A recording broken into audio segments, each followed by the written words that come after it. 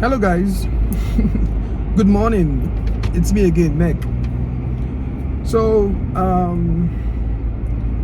sometimes last 2 months, I was invited for a concert in a church here in Abuja. And getting to the church, I was invited by the guy, the music director organizing the program. So getting to the church, when it was my turn to minister, as I was about to climb the stage, I was just doing my intro, and the pastor of the church sent someone to tell me that I am not allowed to minister on the altar with my hair because I am on dreadlocks. So it kind of made me feel bad, though. I felt like, come on, what is this about? This is not an artificial hair. It's my hair. No extension, nothing. It's my hair. It's a consecration. I embarked on. It's a journey, spiritual journey I embarked on. But because I tried, they say the first law in heaven is obedience. So I had to obey. After doing like the song I was singing, then I had to stop. I didn't say anything. I just, stepped down, handed over the mic to the moderator of the concert, and I went back to my seat. And I sat. I was in the church throughout the concert till the end. Then the pastor walked up to me. That's young man, I thought you must have left. You are different. He knows musicians that if something like this happened to most musicians, they would leave after the administration. I'm like, no. First of all, I'm not the type that goes for a concert and leaves after I minister. No. I believe going for a concert or going for a music concert is also an avenue for me to connect to God, worship God and all that. It's not just about my ministration. My ministration is not what's taking me there. I also need to, connect with other people's worship, allow other people to also lead me into the throne. That's, what I told him. I told him, he was like, oh, that right now he's feeling bad for not allowing me minister. I'm like, no, it's fine. You don't have to feel bad, sir. I believe, different churches have their different their different doctrines and dogma, the things they accept and the things they don't accept. I know that because I, for one, I grew up in the church. If you know me very well, you know my parents are pastors. My elder brother is a pastor. My mom is a pastor. My late dad was a pastor. So I grew up in the church, and I know the politics and the whole thing that goes on in church. So after having that conversation and after the concert, I left. That also reminded me, there's this friend that invited me for their Thanksgiving service, in Guarimpa. So he invited me.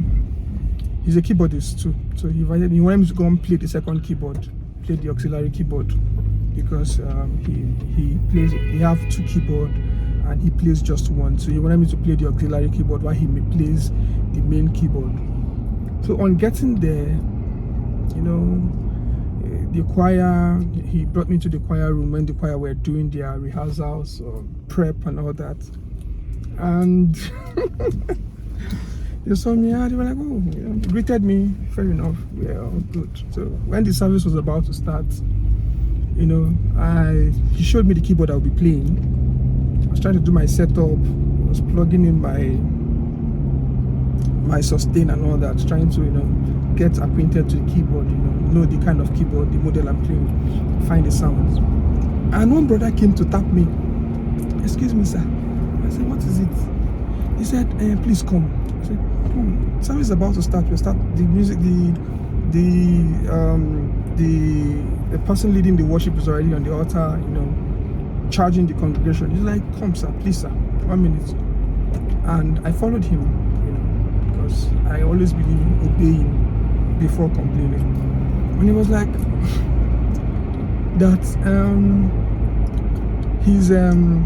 his pastor, I mean his music pastor, music coordinator, told him to tell me that I cannot play. I'm like, why? He said, I already know. And he said that, I'm like, I'm sorry, you can't play. It's okay. Is it about my hair? I was like, not really. I said, don't worry, I understand. It's about my hair. It's fine. So I went back. I unplugged my sustain pedal. I went back to the seat they already introduced me to. The seat I was sitting before mounting the stage. I sat there and I sat throughout the service till the end. You know, and the same thing kind of repeats itself. There's no point. You know, it's so crazy that church people are the ones who judge people a lot. It's crazy. The kind of judgment you receive in church, people in the world will not even receive it. And we wonder why the church musicians, they get to a point, they start doing secular, and we are losing our best hands, our best voices to the world. It's because many of them are not appreciated. Many of them are being judged. Many of them are, if some lady, female artists tell you what they go through, the kind of judgment they receive in the altar, from the altar, the kind of, the kind of things people tell them, it's crazy. So please, pastors and leaders in church, let's try as much as possible to judge people less. Are you getting it? Let's judge people less. We are not what we look like. I am not what I look like. I'm a creative. Besides being a musician, I am a creative. I'm a filmmaker. I'm a music producer. I'm a photographer. So I am representing my work. And besides that, I'm also a lover of God. I'm a worship minister. So you can't judge. Okay, let's say, what if many of you all invite artists from America, pay them huge amount of money to, minister on your stage, not even considering how they dress and what they look like. So far as they are going to bring the crowd, it's crazy. Why? That's double standard. It's double standard. Like Minister Travis Greene, his hair is sprayed, and we still invite him to Nigeria and we celebrate him. The other day, I saw a pastor calling out Gaze Baba that he doesn't look like a Christian. I'm like, what kind of myopic mindset is this? We judge people and we make, allow us to win people for the kingdom. Are you getting it? Not everybody, you cannot win every soul wearing suit and tie. There are certain souls that you will win looking like them. That is what you should know. That is what you should know. Not everybody is called to wear suit and tie to preach. Many of us don't need to wear suit and tie to preach. Are you getting it? Some of us are not sent to in the inner chapel. Some of us are sent to the streets to minister to those who feel like, because of how they look, because of what they've done, because of what they've been through, because of their experiences, that God cannot love them, because of what they've been through, that the church cannot welcome them. But if they see people like us and say, oh, if this guy can be in church, I can also be in church. I can also love God. I can also serve God. Are you getting it? So please, it is not everybody that is called to be in the inner court. Some of us are called to be in the outer court. And you cannot serve in the outer court looking like someone who is sent to the inner court. No. You won't speak their language. They will not understand you. You will look foreign to them. Are you getting it? For you to serve in the outer court, you have to look like the men of the outer court.